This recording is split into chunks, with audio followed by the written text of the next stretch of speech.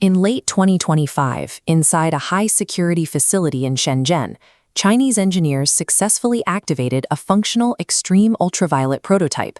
This activation occurred despite the export controls specifically designed to lock China out of EUV physics. The project was fueled by a $40 billion capital injection from Big Fund 3, a state mobilization effort aimed at ending China's reliance on foreign chip-making equipment. To bridge the knowledge gap, the state offered compensation packages exceeding $700,000 annually to recruit specialized system integrators and engineers from TSMC and ASML. Supporting this effort was a shadow procurement network that used front companies to acquire legacy ASML, Canon, and Nikon components, providing the raw materials for domestic reverse engineering.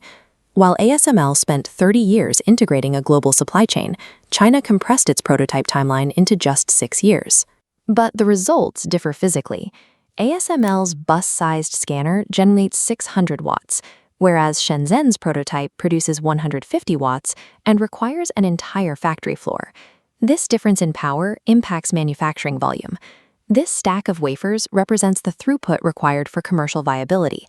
While standard tools print over 100 wafers an hour, the Shenzhen prototype is currently limited to between 40 and 60. This indicates that China's objective is not immediate commercial parity. Instead, it's an asymmetric strategy that accepts economic losses to secure a sovereign, sanction-proof manufacturing capability. China currently relies on a fleet of domestic immersion DUV tools, like those developed by Aishengna and Yuliansheng, which are technically equivalent to ASML's 2008-era hardware. To push these 28-nanometer tools to etch features at 7 nanometers and below, foundries like SMIC utilize a complex physical workaround called self-aligned quadruple patterning, or SAQP. This cross-section shows the SAQP process.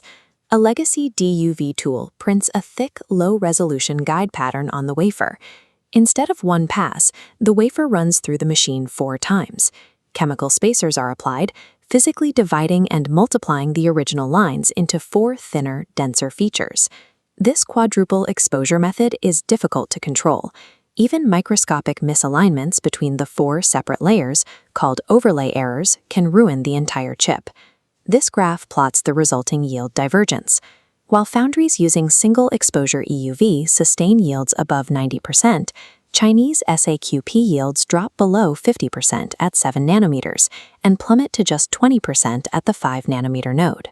While these cost penalties make SAQP unviable on the open market, the process serves as a state-subsidized national security lifeline that is forcing Chinese engineers to pioneer radical alternative architectures. The fundamental physical hurdle in this transition is the generation of light at exactly 13.5 nanometers. ASML uses laser-produced plasma, a process where high-power carbon dioxide lasers strike molten tin droplets 50,000 times per second. This schematic compares the standard approach with the Shenzhen prototype's laser-induced discharge plasma. Instead of lasers, it uses rotating electrodes and an electrical discharge arc to vaporize tin. This design leverages domestic electrical engineering, completely avoiding the US-controlled CO2 laser supply chain. The trade-off is purity. The discharge mechanism generates high levels of debris that can contaminate the machine's optics and erode the electrodes themselves. By prioritizing sovereignty over process purity, the project accepts a dirtier machine that requires frequent maintenance cycles and constant electrode replacements to remain operational. These specialized mirrors are the core of the optical path. ASML relies on Carl Zeiss to polish these surfaces to a level where the largest defect is no taller than a single atom. In comparison, domestic mirrors developed by the Changchun Institute achieve a reflectivity of only approximately 65%. Because 35% of the light is lost on every single mirror bounce, the system requires extended exposure times and a massive machine footprint spanning an entire factory floor to compensate for the dimmed beam. To bypass this mechanical precision wall, engineers have shifted the burden of accuracy to a software strategy called Compute for Physics. Advanced simulation models are used to predict exactly how the imperfect Changchun mirrors will warp and distort the EUV light beam during operation. The system uses AI to dynamically micro-adjust the wafer stage and light source thousands of times per second, mathematically negating physical aberrations as they happen.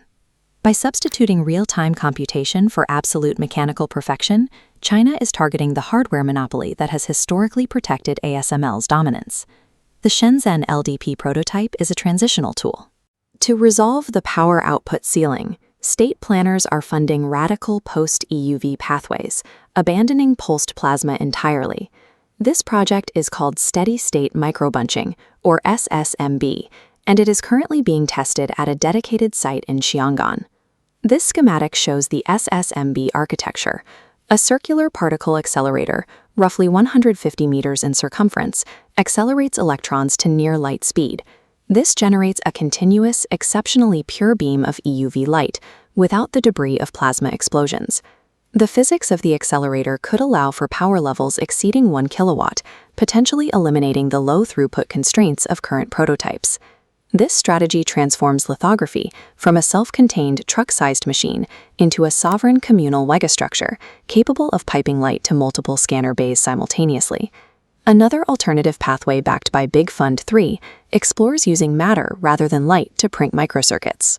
Multi-beam electron lithography works by firing a focused stream of electrons at a wafer coated with a chemical resist.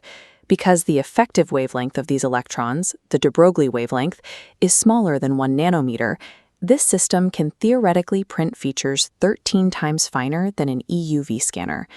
To handle throughput, the system splits a single electron beam into thousands of independently controlled beamlets, simultaneously writing different parts of the chip. While the resolution is high, these systems are extremely sensitive to vibration, thermal expansion, and the secondary electron scattering known as the proximity effect. Although Chinese labs have proven sub-2 nanometer resolutions, moving this technology to a factory floor requires computational modeling that currently pushes the boundaries of modern physics.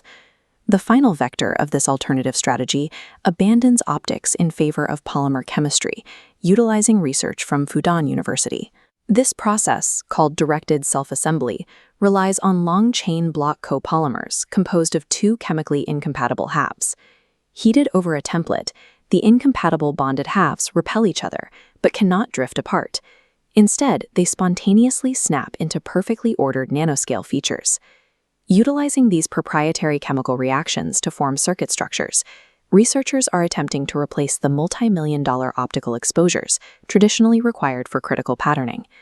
This vast cleanroom facility represents the dual reality of China's semiconductor ecosystem. It is building the massive physical infrastructure needed for asymmetric workarounds, while simultaneously mastering mature node manufacturing at a global scale. The evidence suggests that the primary threat to the current monopoly is not immediate parity, but the pivot to software-defined precision and megascale particle beam alternatives. Independent industry forecasts now place the industrial deployment of these sovereign Chinese systems between 2028 and 2030. This timeline radically compresses previous projections and demonstrates that EUV physics is not an insurmountable barrier for a sufficiently funded nation-state.